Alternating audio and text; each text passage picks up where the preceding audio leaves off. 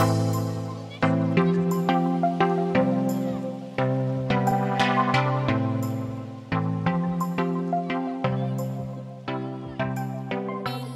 of the other questions that came up a lot is that when a partner is working as a pilot, he often gets treated like a king all day, especially if he's the captain. What he says goes. And so some wives have found that when their partner gets home, he may have trouble reverting from that captain status back to being, an equal partner, a husband and a dad. Have you got any suggestions for how, they might be able to find that balance a little bit better in their relationship? I work with a lot of CEOs from big corporations and people that we could say that have a high status or powerful jobs. And whether you're a pilot of an A380 with 500 plus passengers, a lot of responsibility, or whether you're someone that is in charge of a large global corporation, that's great while you're at work, and the responsibility can be quite heavy on someone's shoulders. But when you get home into normal domestic life, family life, if you wear that same hat, quite often it can cause problems. Now, depending on what type of relationship that you have, and I've learned a long time ago that there is no normal relationship. If your relationship is based on equality, and I'd say a good portion of them are, then you've got to work out how can I take the hat off of a pilot, a captain, and then transition back into normal life as a husband or a wife. How can I put my domestic hat on? And there are a number of ways which I've heard of that have worked quite well during my time of working with this type of relationship.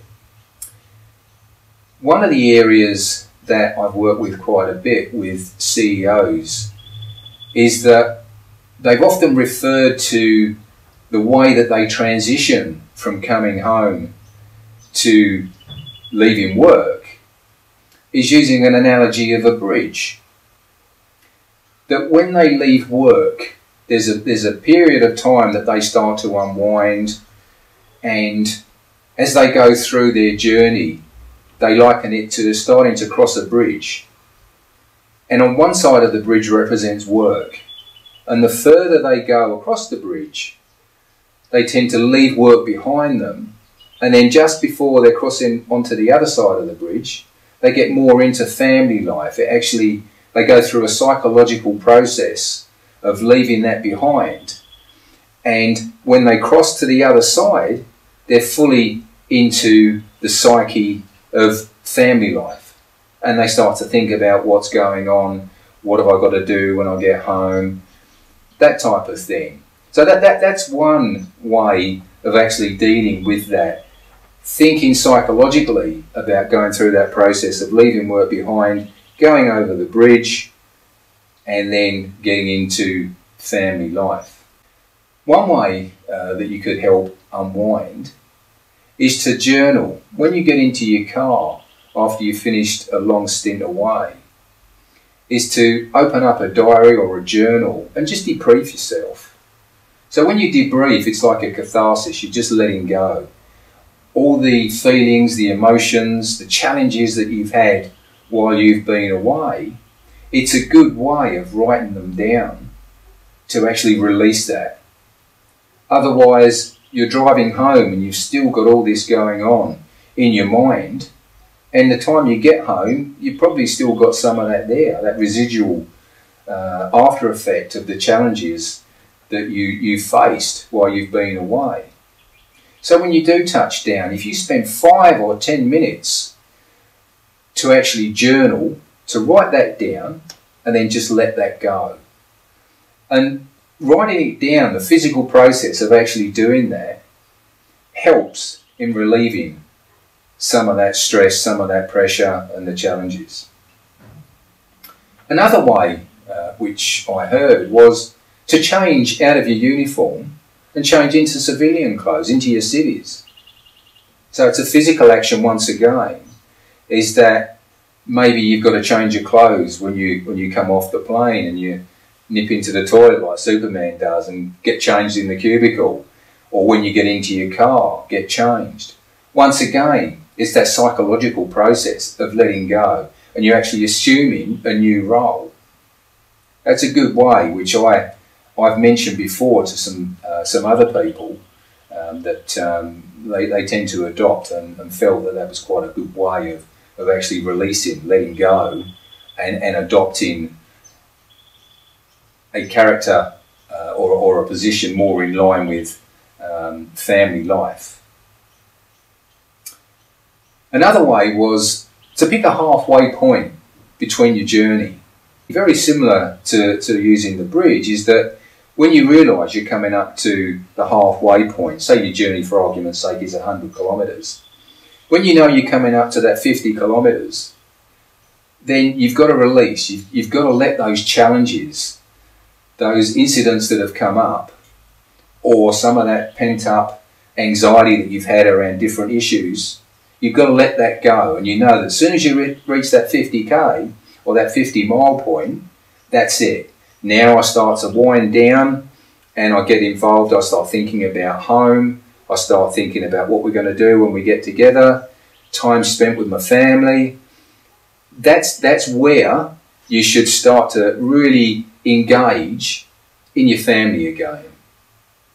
And the time you get home, the time you pull up on that driveway, work has been left behind nearly 100 kilometres ago. And now you're fully engaged and involved in family life. It may be okay to sort of bring up with your partner, if they mention how did it go, yep, and give them a bit of a brief rundown, a brief summary, or if there's some really important issues that they feel they need to share. Because that's important in a relationship, is being able to turn to your partner and just let them in. Because it doesn't do to keep that anxiety or those events that have come up around something, or which may be coming up. It doesn't do to hold that in, because that can manifest in many different ways. So having a partner there that you can share and actually let them in is a big part of what a relationship is all about. I mentioned equality in a relationship before, and that may not be your model. It may be that there is, you in your relationship for cultural reasons have a different type of relationship.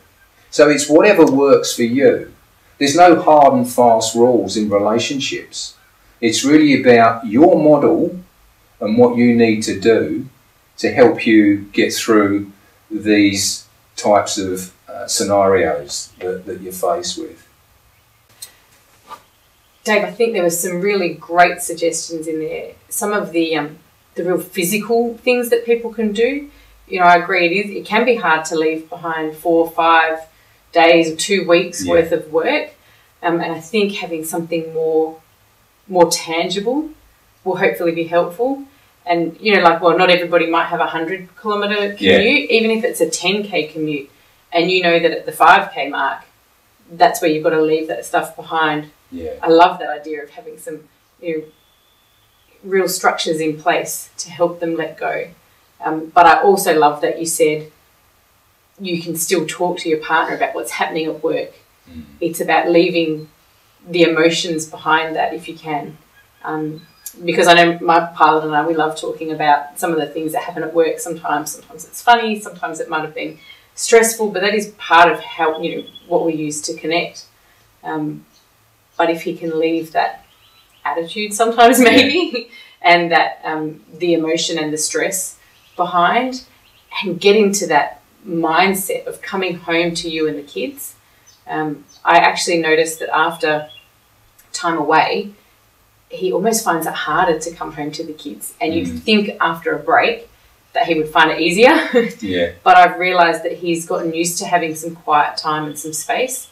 And yeah, he comes home and he's almost not in that mindset yet. So I'm hoping that maybe some of these solutions will help him to feel a little bit more at ease with the attention that you get from children when you come home. Yeah. So yeah, I love some of those. Definitely putting some of those into practice. Mm.